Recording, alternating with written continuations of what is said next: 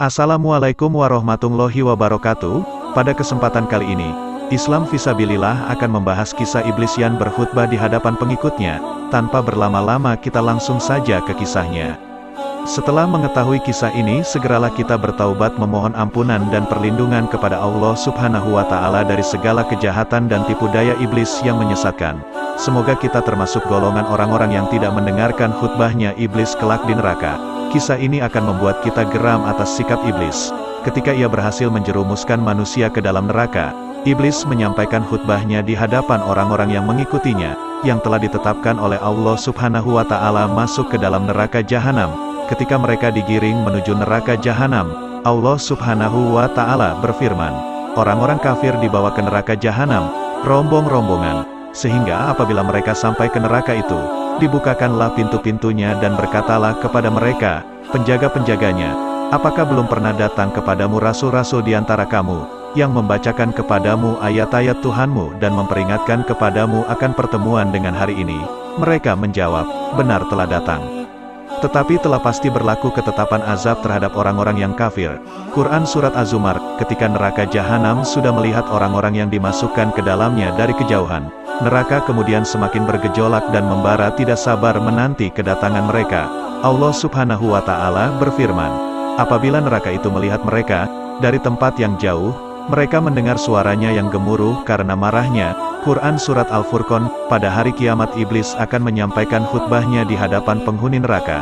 Sebuah khutbah yang menyentuh hati yang akan membuat mereka semakin bersedih dan sangat menyesal, karena mereka mengikuti perintah iblis yang ternyata menyesatkan. Imam Hasan Al-Basri berkata, ketika hari kiamat, iblis berdiri di atas sebuah mimbar kemudian berkhutbah, seraya berkata, sesungguhnya Allah telah menjadikan kepadamu janji yang benar, dan aku pun telah menjanjikan kepadamu tetapi aku menyalahinya. Al-Hafiz Ibnu Katsir berkata, Allah mengabarkan tentang khutbah yang disampaikan oleh iblis kepada para pengikutnya, yaitu, setelah Allah memutuskan menghisap para hambanya, kemudian Allah memasukkan kaum muslimin ke surga, dan Allah menempatkan orang-orang kafir ke dalam neraka jahanam. Maka iblis ketika itu berdiri dan berkhutbah kepada para pengikutnya agar semakin menambah kesedihan mereka, kerugian di atas kerugian serta penyesalan di atas penyesalan. Allah Subhanahu wa Ta'ala berfirman, dan berkatalah setan tatkala perkara hisab telah diselesaikan, sesungguhnya Allah telah menjanjikan kepadamu janji yang benar, dan aku pun telah menjanjikan kepadamu tetapi aku menyalahinya. Sekali-kali tidak ada kekuasaan bagiku terhadapmu, melainkan sekedar aku menyeru kamu lalu kamu mematuhi seruanku. Oleh sebab itu janganlah kamu mencerca aku, akan tetapi percayalah dirimu sendiri. Aku sekali-kali tidak dapat menolongmu dan kamu pun sekali-kali tidak dapat menolongku. Sesungguhnya aku tidak membenarkan perbuatanmu mempersekutukan aku dengan Allah sejak dahulu. Sesungguhnya orang-orang yang zalim itu mendapat siksaan yang pedih. Quran Surat Ibrahim. Dalam sebuah riwayat dikatakan bahwa ketika para penghuni neraka sudah sampai di neraka, maka disediakanlah sebuah mimbar pakaian mahkota dan tali yang mengikat iblis, yang kesemuanya itu terbuat dari api. Kemudian ada suara yang memerintahkan iblis untuk naik ke mimbar.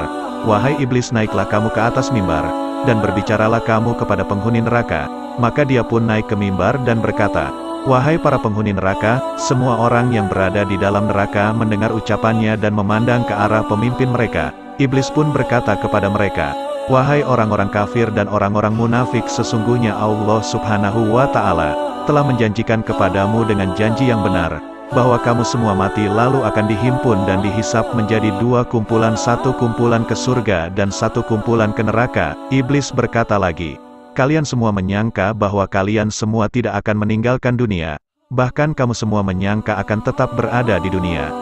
Tidaklah ada bagiku kekuasaan di atasmu, melainkan aku hanya menyesatkan kalian semua.